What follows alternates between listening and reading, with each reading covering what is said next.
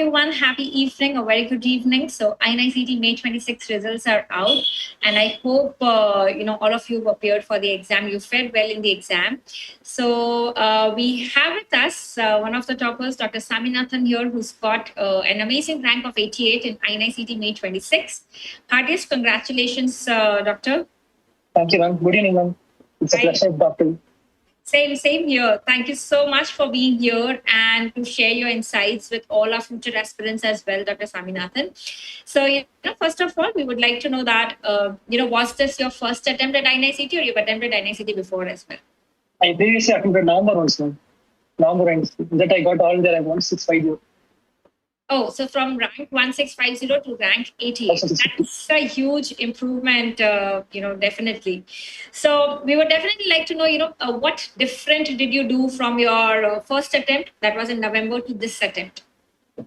It's more about solving more questions than reading the same notes again and again. I solved daily 250 questions at this once. In the morning, 4 hours block. Okay, so your basic strategy was to increase the MCQ practice and 4 hours dedicated block every day. Yes, ma'am. Okay, and did you practice more on PYQs, all the PYQs, or the other questions as well? All day, random questions. PYQs, I was master at the time I attempted November itself. Okay. So can we say that now that you are saying that in November you had already mastered the PYQs, so that just mastering the PYQs is not going to give a rank within 100? So will that be a true statement? Yes, ma'am. We have to improve our knowledge level to a point where we can answer our apart from PYQs also. Not only PYQs, but also other topics should be given more focus. PYQ is a must, ma'am. Only then you can go to next topic. Okay. So if I ask that in INI-CET May 26, out of 200, how many questions approximately were PYT based? 130 to 140. Okay, 130 to 140. And were there direct PYQ repeats as well? No? Direct PYQ repeats. I didn't remember assessment. I didn't remember any direct PYQ. Okay. But definitely there were topics on PYTs per se, like you mentioned. Yes, ma'am. Okay. And we would also like to know that, students have this query, PrepLadder, rapid revision videos versus main videos. How should be the approach towards the, the video content? I think rapid revision is enough of any platform if you take. Rapid revision plus PYQs plus any MCQ practice is enough to crack any exam. Because at the last 1 or 2 months, we can't revise the whole main notes again. Even if we did the main notes also, it won't help me. Only revising the important topics again and again, rather than going to new facts and remembering again and again. Okay, got it. And which are, the subjects, the videos, that helped you immensely from the PrepLadder app that you watched? Medicine, ma'am. From final year itself, I was a huge fan of that. So I usually watch any video he put on the PrepLadder YouTube. Any video like the ECG series, ABG series, any video from one-liners. And his TND, some of the TNDs were free, man, like pathologies. The FMGE, many of them was free, man. I attended them also. Okay. Then full second year was perfect in PrepLadder. Path, microform, it was a perfect. Everything was there in the rapid revision only, man. Especially pharmacology beautifully covered the LR of 6 7, man. It was around 6.5, I guess. I think it would cover the whole of the PYTs in one go, man. I watched it twice or thrice before going to ESL exam, man. I think it gives a whole cover to the total subject. Okay, nice. I mean, so great to know that, Dr. Saminathan.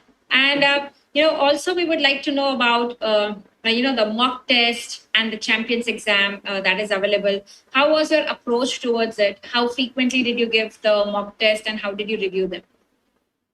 I stopped giving rank tests at around the end of the April only. At around April 20, I stopped giving rank tests 1 month before the exam. Okay, I mean that's really surprising because we have seen students giving mock tests till 3 days before the exam. I didn't study 1 week before the exam.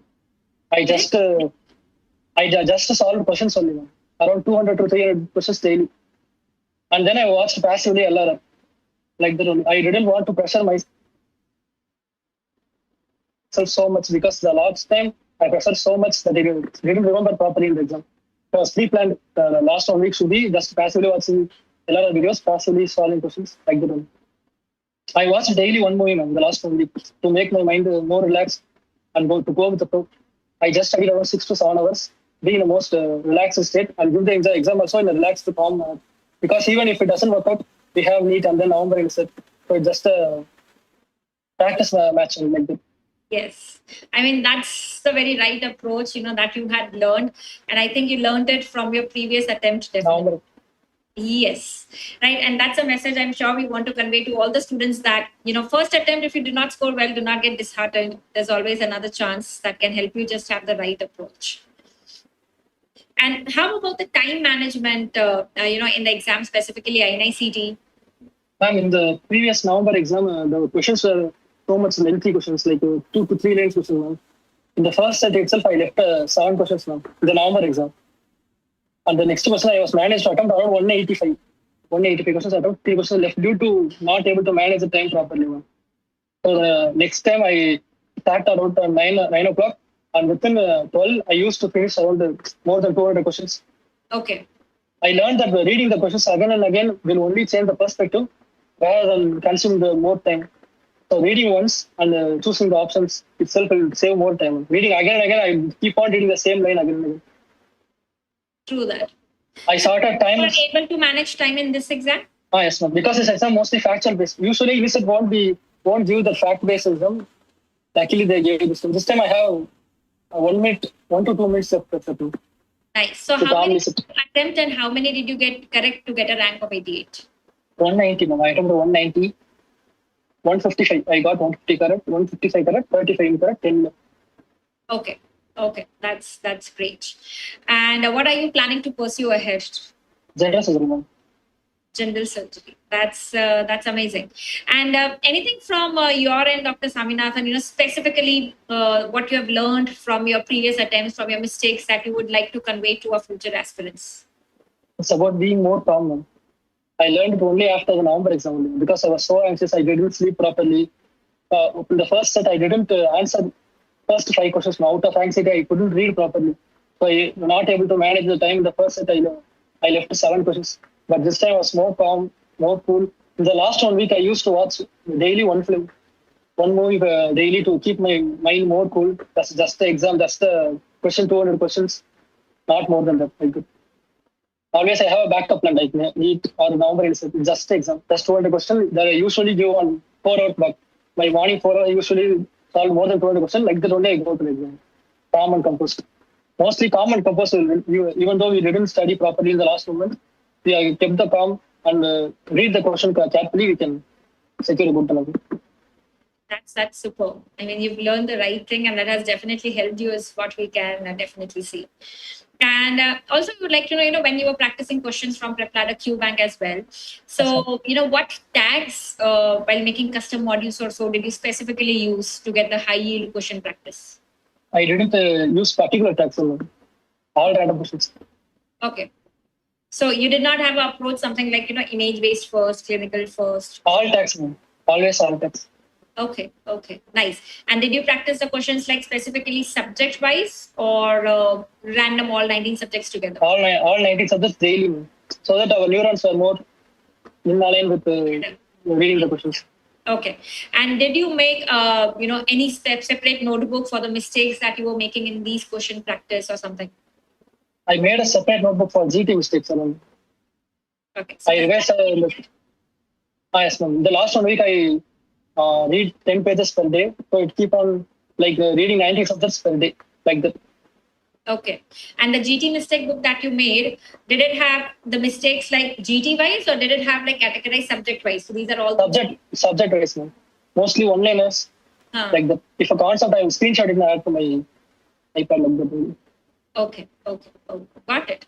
I mean, so those were some really, really great insights from you, Dr. Saminathan. If there's anything else that I have missed out and you want to share with us, please let us know. Any strategy, anything, common mistake done by the students during preparation, there's anything else? It's about keeping more cool, man. The more cool you are, the more result it will yield. Like that. Yes. It is just a matter of 200 questions, not your entire life. It's a part of it.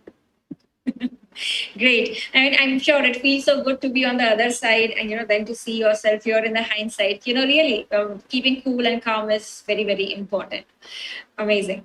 So thank you. Thank you so much, Dr. Saminathan, for being here and sharing those insights with us.